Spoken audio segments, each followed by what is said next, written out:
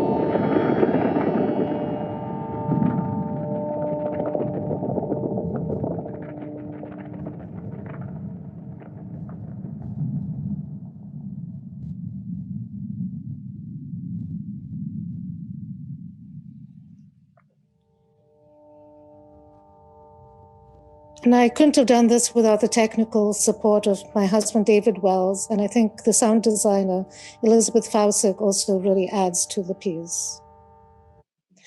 So in the final installation, it's shown with a reflection pool as a metaphor to reflect on this unremembered history.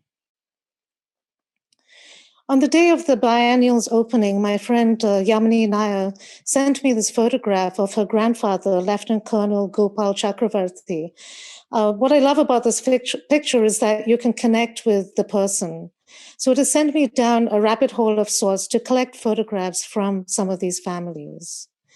A year ago, I was in India for 6 months on a Fulbright fellowship. It seems so long ago now. And I've been collecting these photographs and continue to collect them. I heard their stories from a range of people from different religions, castes, and socioeconomic backgrounds. And in the process of learning about their unheralded sacrifice, I asked myself, why is this history not part of our collective narrative in South Asia or globally? To give you a little context of what was going on at that time, the independence movement was going on in South Asia. It is well established that India's independence soon after World War II was born of the Quit India movement with Gandhi and Nehru, and the INA, which is the Indian National Army led by Subhash Chandra Bose. Just a little bit about the army. The INA's logic was my enemy's enemy is my friend, with the British colonizer being the enemy. The INA fought with the Japanese and against the Allies in Kohima, another critical battle. They're also heralded as heroes in India for fighting the British colonizer rather than joining them. But why are the contributions of the Indian soldiers not acknowledged? If the Allies had lost the war, would we have a different colonizer? Were they part of this larger narrative of getting independence? I would argue that they were, that South Asia achieving independence was a confluence of all three, the Quit India movement, the INA, and especially connected to the Red Fort trials and the Indian soldiers. Some of the lack of acknowledgement is also because the Indian leaders were absent from wartime because they were in jail. Also, the independence, or rather the partition of South Asia into India, West Pakistan, and East Pakistan, which is now Bangladesh, happened soon after the war ended in 1947. Plus, the contributions of the Indian Army remind us of our colonial past. Just so you understand how traumatic partition was, over 15 million people were displaced in just 3 months, and over 1 million died. It was a trauma and an open wound that continues to fester. And Asma Naeem has done her own research connected to partition and how we view it through the lens of a white American photographer, Margaret Burke White. So yes, this is a complicated narrative and history, a confluence of different forces. Can all three be acknowledged? Can we consider the human stories and contributions of the Indians who fought in World War II? I would argue that we do have a colonial past that we cannot erase. Who were these people who volunteered to fight? Some came from middle-class families, some from royalty, and some from low-income families. Some were swashbuckling young men who believed in the cause, and others joined out of poverty in search of a regular meal and salary, exasperated by the human-made famine by the British in Bengal. And this has been blamed on Churchill. There are several horrific photographs from the famine, but I chose, and actually the famine spread beyond Bengal, and I decided to use this lino cut by Chitra Prasad Bhattacharya. Here are some of the snippets of the stories that I heard. A soldier fell into the water and was there so long his nails fell out. A soldier came home to find his wife had remarried. She thought he had died. And the story of Lieutenant General Culler, who was just married for 6 weeks before he had to go and fight in a different continent. When he was fighting in Iraq, he was captured by the Germans and sent to a POW camp in Italy. And in the camp, he learned some Italian, a smattering of Italian, and he and a friend managed to escape. Because of that knowledge of Italian, he was able to convince this farming Italian family to hide them until the war was over. They did, and they also asked him to cut his hair. Sikhs usually do not cut their hair, so that he could pass as Italian. And this is him some years on. He and his wife returned to Italy to thank the family, and so did his daughter after her father's death. I discovered that my mother's uncle also fought in World War II. And according to Sri Nair, I learned that some soldiers sported the Hitler mustache as an act of rebellion. Flight Lieutenant Arjun Mirchandani received a scholarship and left for England in the 1940s to pursue a PhD in engineering. Arjun's thesis was destroyed in London's bombings, and his PhD program was cancelled during the war. So he joined the Air Force, and his best hope, as it was his best hope, to return to India. He fought in Europe, Africa, and Burma. Arjun was passionate about the arts. He created charcoal murals on the walls of the messes. His children said it was a way to shift his thoughts from the atrocities and hardships of war and retain his humanity. And I love this image, which is of his sister dressed up in his uniform. So what am I going to do with these photographs? My role as an artist is to take that abstract number of 2.5 million Indian soldiers who fought in World War II and transform it into something tangible and accessible by a larger audience. So I've been experimenting with making 3D laser portraits of these soldiers in crystals. So I take the original photographs that I've created and make them into these 3D crystals. And I'm creating a wall of them. I'll be editing the archival footage that I have from the Imperial War Museum from all 3 theaters to project through these crystals. And you can see here, sometimes you see the photograph and sometimes you see the archival footage playing through the crystals.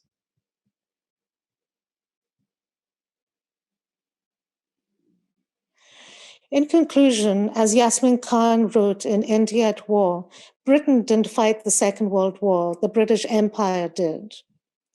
And these are some of those people.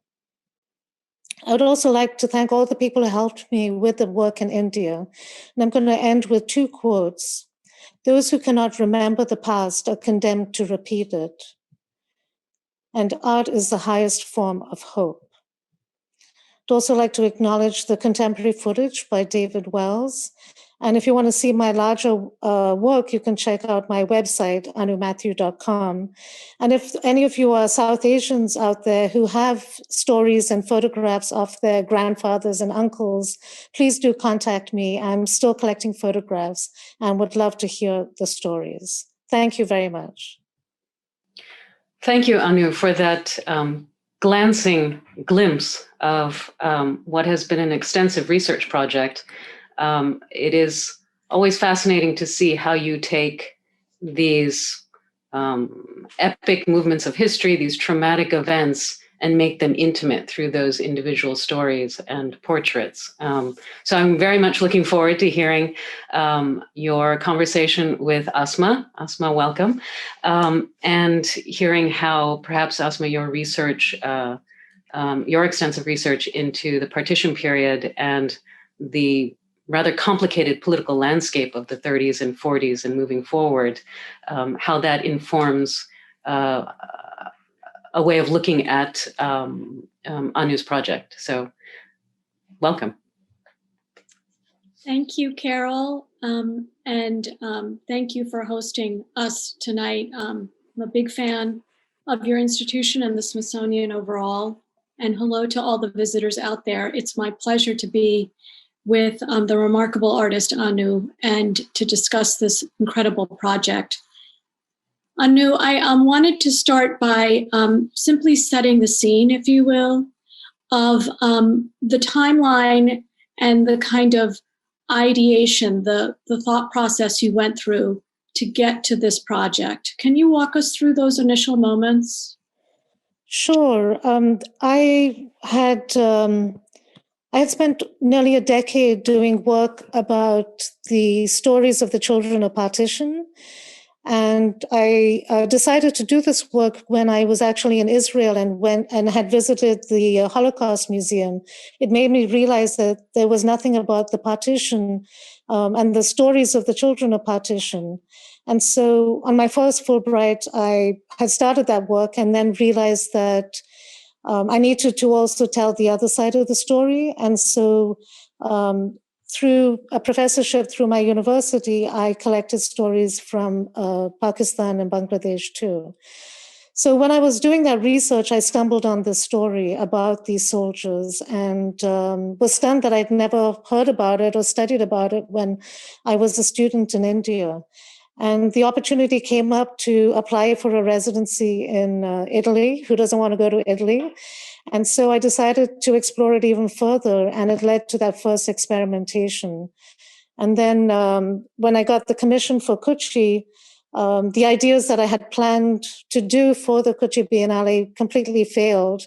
And luckily, my chair was magnanimous enough to say, don't wait till the last minute, take a week off from school, go do what you need to do.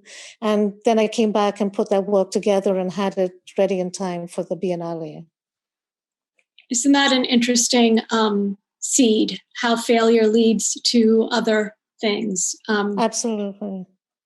And, the other comment that came to mind when we were talking about this earlier is just how your projects have evolved over time into thinking about the ways in which forgetting and remembering are interwoven, and how photography can be a major trigger or a major device for us to have those kinds of experiences all over again.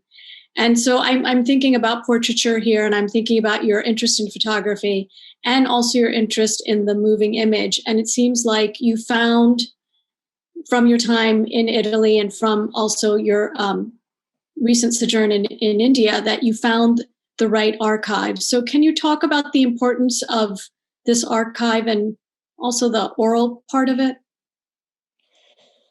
Sure. I think a lot of my work deals with the archive. And I think I was looking back on my different bodies of work, and the first one was actually my own archive and using my own family photographs. But in this case, I'm not quite sure how I came up with the idea of projecting the footage onto the gravestones. But through my research, I found that the Imperial War Museum had a lot of footage from the Italian campaign. And so before going to Italy, I went to England and went into their archive, and a lot of it hadn't been digitized. So then I had to kind of order the footage and then edit that together. And I think for the Italian campaign, I don't have the stories. I only have the gravestones. I think the stories started coming out when I recently went to India. Initially, I thought I would just use the archival images, but as I heard more and more stories, I've realized how important they are to personalize who these people are. I think what's also interesting here is the ways in which you're talking about memorials. This came about because you were in Israel and you realized at the Holocaust Memorial that there was no such memorial for partition. And we've talked about this, our colleagues in South Asian studies have talked about this, how there has been some kind of trauma or open wound, to use your words, that has just recently been starting to heal with the development and establishment of certain memorials in South Asia. But do you view your work as a memorial? I don't view my work as a memorial. I also, I'm not quite sure how I feel about physical memorials, but in my case, I'm an artist, and I think art can start a conversation. Art can go beyond politics so that you can, discuss things that you would normally take maybe staunch sides to kind of find that middle gray area to maybe bridge that divide that maybe between different parties. So I think art can play a really powerful role, whether it's visual art or even literature and music. I think all of them can play a role in going beyond our political beliefs. I completely agree. And I think the art that you're making is of such incredible historical value. I mean, how many of us in the audience tonight actually realized or knew that 2.5 million Indian soldiers fought on behalf of the British Empire, that their graves are scattered throughout Europe? I mean, that is something that's revelatory, but, upon thinking through it, you're like, of course this occurred. So it's a history moment. And, the fact that you didn't learn about it in India, we obviously didn't learn about it in my childhood here in the States. And I certainly didn't hear about it through my parents, who are both born in India. So it's an interesting erasure or absence. And I find that idea of erasure or absence is played out material-wise in your work in such beautiful and elegant ways. So I wanted to talk first about projecting onto the tombstones, and then your crystal pieces and the different materialities and effects that you were looking for. So in terms of projecting onto the gravestones, it meant creeping in and out at night into these graveyards. For example, I'm not sure I would have had the guts to do that in India, where I'm more familiar with the culture. Maybe Italy, because I didn't know the country. And also out of desperation to get this work done, we were creeping in and out for about 5 days. And frankly, I'm a real wimp, so it was only because David accompanied me that we were able to get it done. But there was something magical about bringing these soldiers alive when you project that imagery onto the gravestones. It's almost acknowledging their contributions. And it's again that, I've done these photo animations where you go from one generation to another, but you can't quite hold on to any one generation. I think it's kind of the same thing with projecting the video onto the gravestones. It has a very ghostly effect, but I think it makes you ponder that history. Whereas with the crystals, I guess in a sense, they do have a bit more of the memorial aspect of it. Mm. And what I loved about the 3D crystals, it's that it kind of makes them into a person. And also because it's slightly ghostly, they're there, but they're not quite there. So I guess it again, there's a thread from my previous work of the aesthetics that play into that. And I like how the video sometimes shows and sometimes doesn't. And, I'm still in the experimental stage. So I'm figuring out what footage does work better than others to then create the clip that will eventually be projected through there. And you've talked about in other fora about how you're placing images in a book that's been carved out, how that act itself is signifying the violence of partition, which was, as you said, one of the most violent acts in terms of humanitarian issues in the history of the world. And something that very few people understand, I shouldn't say very few, but a very select group of people understand the ramifications of. And your work is doing such an important job in bringing that to the fore. But so, I was thinking about the actual act of migrating, the actual act of being displaced, of being forced from your home, of experiencing, as you recount in some of your work, of coming back to your home and being served tea by the new home owner in your former silver tea set. That act of displacement and what you want to take with you when you're forced to go. It's such an incredibly difficult moment.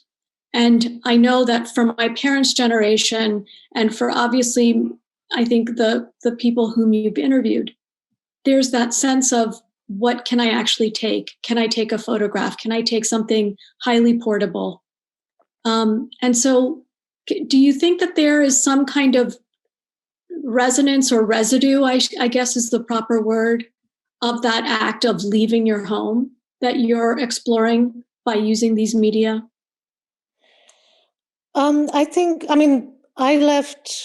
I came to America and it was my choice. I wasn't fleeing. I wasn't displaced. I had the privilege of coming here to study. So I don't think I can compare the experiences. But what I would say is that I do know sudden bereavement. My father died when I was very young. And I think that experience allows me to empathize with these families who suddenly had to leave everything behind. Leave what they considered home behind. So I think it allowed me to have empathy for them, which, even though my displacement wasn't forced. I think that's really interesting to think about, and the ways in which that your displacement wasn't forced, the ways in which your research has been encouraged to go back to India, to go back to Europe, and to unearth these histories. So can you talk a little bit about the ways in which colonialism has been misunderstood in terms of the British Empire, in terms of thinking about the ways in which these soldiers themselves fought for the British? That's a really large and broad question. In India, obviously, we were ruled by the British and we want to create our own identity since then. But the thing is that colonialism has left its persuasive influence, whether we like it or not. And I realize that it's left it in multitude of ways. One is, for example, the Bengal famine. Another is the families who benefited from colonization, who then benefited even after independence. And so I feel as if it's in so many ways that even the education system, and on the other hand, in Britain, we're still in touch with my parents' friends, and Auntie Pam always keeps apologizing because she had no idea about a number of things that happened in history that were by the British colonizers. So I feel as if that's such a broad topic, but I think in every avenue, in at least India, there is that residue from colonization, where some people have been left behind, some people have benefited. I'm speaking English because of colonization. Thank you, Annu, for taking that broad question and making it so concrete in these details. I love hearing these stories about your family. It really brings everything to life. Another personal aspect of this is your connection to the subjects. Do you have military in your family? We have no military connections in our family, except for my sister-in-law. But no, that I have no military connection. But when I stumbled on this story through my work on partition and the people that I met, I found that this history or this knowledge is known within military families.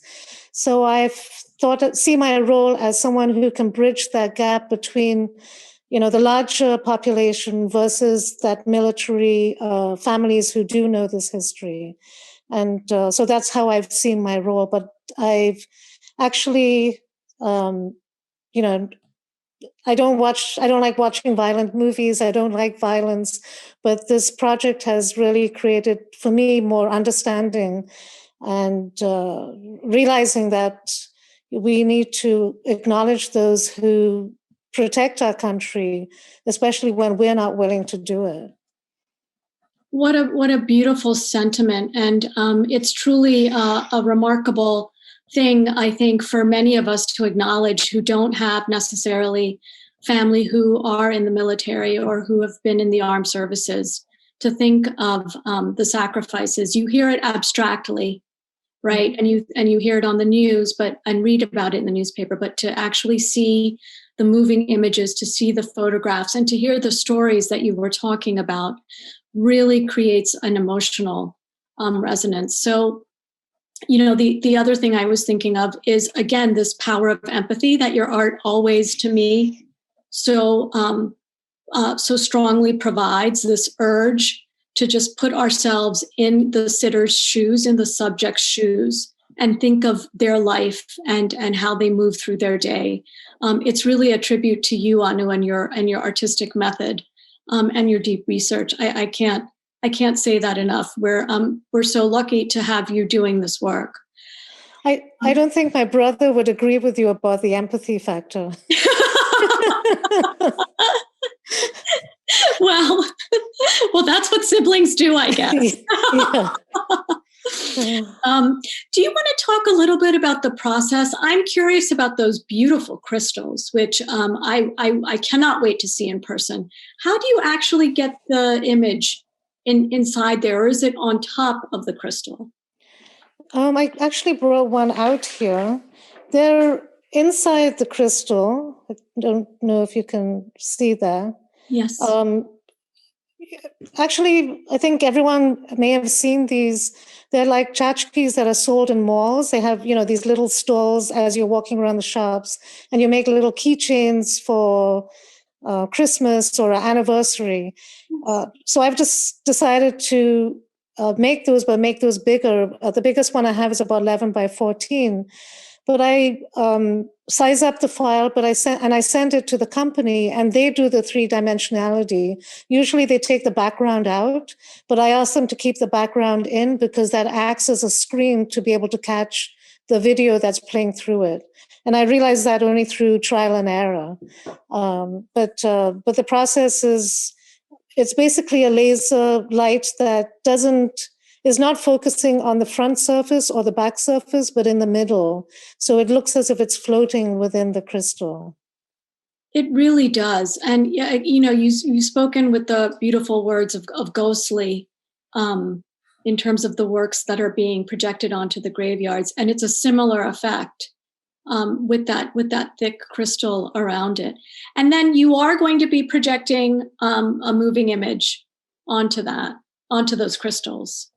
That's correct. For the Italian campaign, I only included the footage from the Italian campaign, whereas for this, it will be footage from all three theaters, the Asia, Pacific, and Europe. Mm-hmm. Africa and Europe. Mm-hmm. I saw one of the questions in our chat, and it made me think about something we were talking about earlier, which is the idea of portraiture. Why that is a language of choice for you or a genre of choice for you. Can you talk about that a little? I think my approach isn't as much about portraiture as it is about making that initial image accessible to a larger audience. I love having shows in museums and galleries, but I also want the people to see the work to go beyond an art audience. And a lot of people are intimidated by, the word art. Yeah. So I've always used, as a starting point, other kind of popular imagery so that it's like a gateway to then viewing the works. So, for example, I use the images of the Native Americans, which are, very well known, especially in the U.S. In my minority work, I started using the family photographs, and most people have family photographs, and so can relate to that genre. And in terms of the unremembered, when you Google Indian soldiers in World War II, you just get headshots and you don't get a sense of the personality. And what I love about the family photograph is that you can get a sense of who this person was, yes, the quirkiness of yes, them. And that's what I want to do, is personalize some of these 2.5 million Indian soldiers. And not only soldiers, people who supported the war and were part of the war. It's very interesting to think about those kinds of aesthetic choices that you're making and the viewer effect that you're looking for, Annu. And to consider in the constellation of history and memorials and war, I'm thinking of such things as Maya Lin's Vietnam Memorial Wall. You're creating your own different kind of memorial to these soldiers. Did that kind of abstract, site-based aesthetic, did that ever cross your mind, or were you less interested in that approach? It definitely crossed my mind, and I think it is also, influenced by some of the artists that I'm, inspired by. One in particular is Doris Salcedo, and her work, again, they're not traditional memorials, but they do make you change your perception and make you think about the Colombian history. Mm-hmm. Mm-hmm. What was the most surprising thing that you've learned on this journey? And we are going to talk about how the journey is going to be wrapping up, but what was the most surprising thing that you learned?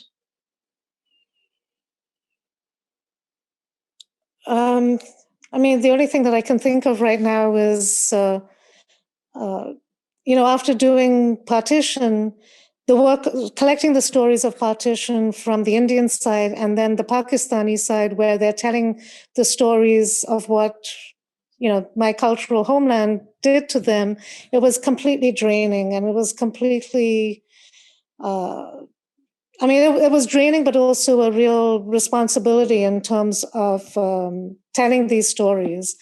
So I decided that my next project would be people who are not alive, but it ends up their stories are as, as moving too. So I think to me that was a real eye-opener. I didn't expect to hear so many personal stories. And that, again, puts a lot of responsibility in terms of sharing those. And I very much would like to linger on that word you mentioned earlier, responsibility. Again, this shows the great ethics that you apply to your projects and the incredible responsibility that you shoulder and that you share with us. I wanted to also talk, before we talk about how this journey is going to wind up, about another question that one of the attendees posed, and that's to talk about the religious differences and the religious violence that really undergirded partition. How did that play out among the soldiers as they were fighting? Under the British, a lot of the different religions and castes were actually kept separately, unlike the INA, where actually they were all fighting together. In some of the messes, they had to be careful about serving pork and beef to respect the choice of their religious beliefs. One of the things I found interesting which was after the war, which is a story that I heard, which was, India and Pakistan were fighting during partition in 1947. And some of these soldiers who had fought together during World War II were now fighting against each other. And during the day, they would fight against each other. And apparently in the evenings, they would get together for drinks. And so to me, there was a dichotomy there. And it just made me realize that we have so much more in common than we have differences. Absolutely, absolutely. And did you find that there were some prisoner of war stories as well that you learned of that were surprising? Could you repeat that? Sorry. Some prisoner of war stories that you found surprising? Yes, and it's one that I'm hoping to continue doing some research on. I met the niece and the grandson of Colonel Salvi, who, along with 4 other people, escaped from a prison and convinced a young Italian soldier who had left the Italian army and convinced a village to hide them until the war was over. And Samar, who was the grandson, had been hearing these stories as a child, and he was fascinated by them. And when he was working in London, he went and actually was able to meet some of the family members of the families who hid his grandfather. And one of the residents translated the book that his father had written into Italian. And so I really want to go back and contact some of these families who hid the Indian soldiers, because they kind of give us hope. And right now, I think we want to hear inspiring human stories to give us hope that humanity actually can work together rather than working against each other. Absolutely, Annu. Absolutely. Gosh, I want you to shout that from the mountaintops. What a beautiful message. So do you want to talk about where you think this project is going to be leading you in the next few months or years? So I think all roads lead to Italy between these 2 POW stories. Also, a librarian from Italy, very close to the POW camp that these soldiers escaped from, contacted me with more information about the Indian role. I've also been put in touch with this amateur historian. He's a dentist in Italy who's a historian on the Indian soldiers' role. And so I feel as if all roads lead to Italy. And recently I was nominated for a residency and just got news that I received the residency. It's at the Civitella Ranieri Residency Fellowship. And so I'm hoping to, spend some time in Italy before the fellowship, and then during my 6 weeks there, put that work together into a new body of work. That sounds absolutely wonderful. I cannot wait to see it, Anu. And I also wanted to mention, speaking about your work, that you have a solo show coming up. I do. I have a solo show at the Newport Art Museum, and it's on the first floor of Griswold House. And the main space will have the work from the unremembered soldiers. So a shout out to Francine Weiss, who's just invited me for that show.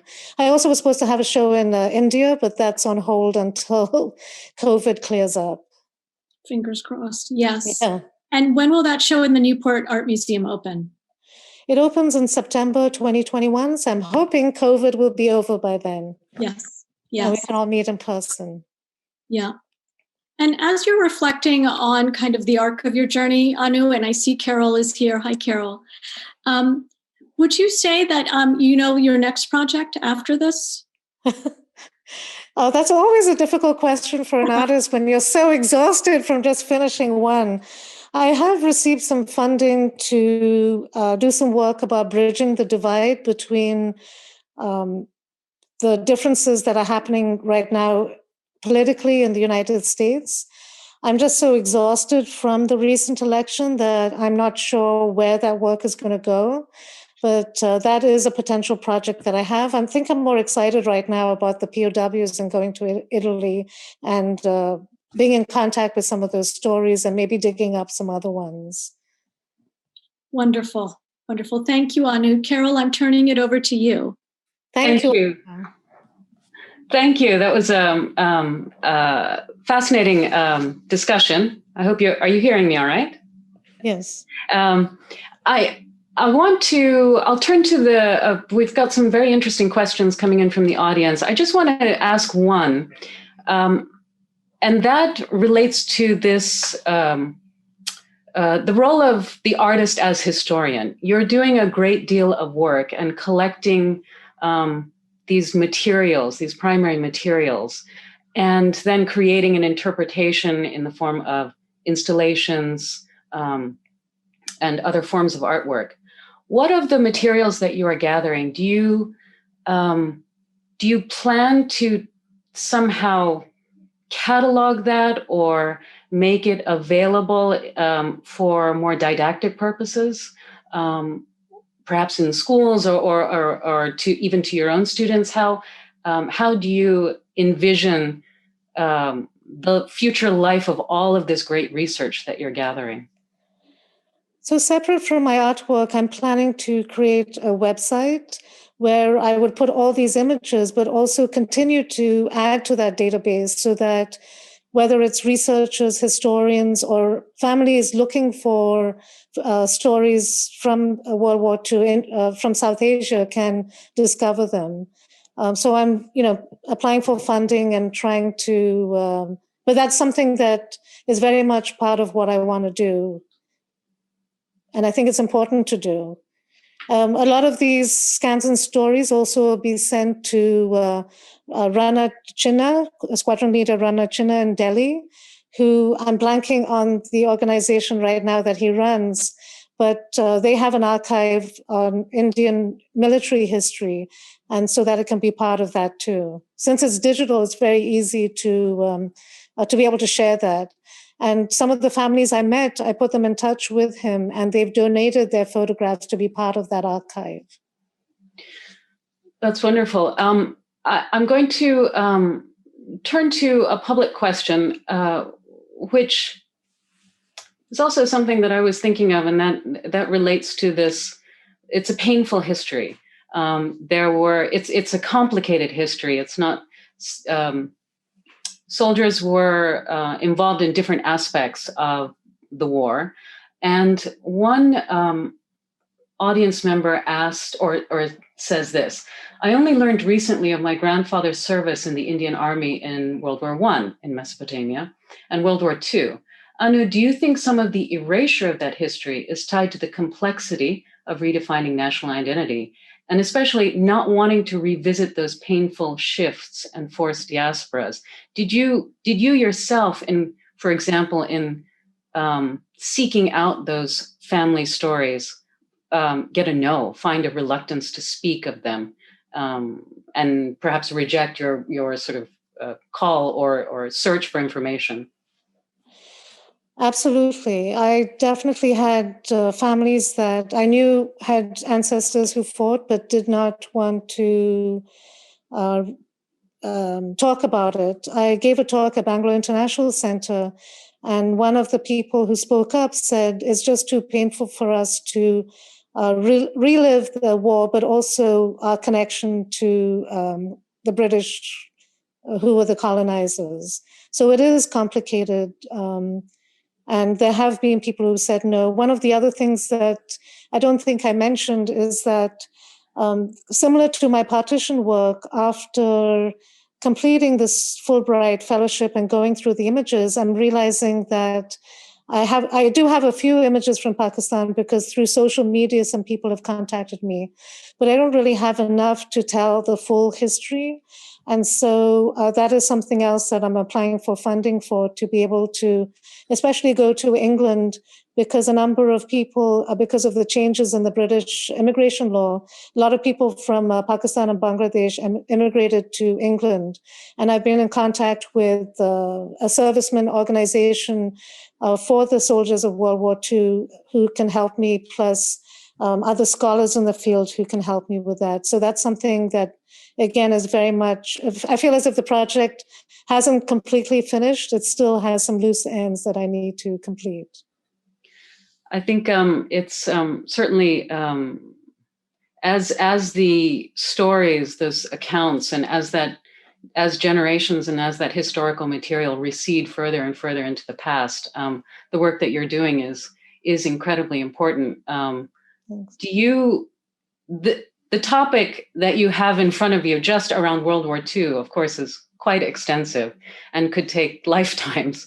Have you found yourself dipping back into World War I, since there were also something, half that, about 1 million plus soldiers that also fought in that conflict? Do you find yourself wanting to go even further back, or you have enough on your plate as it is?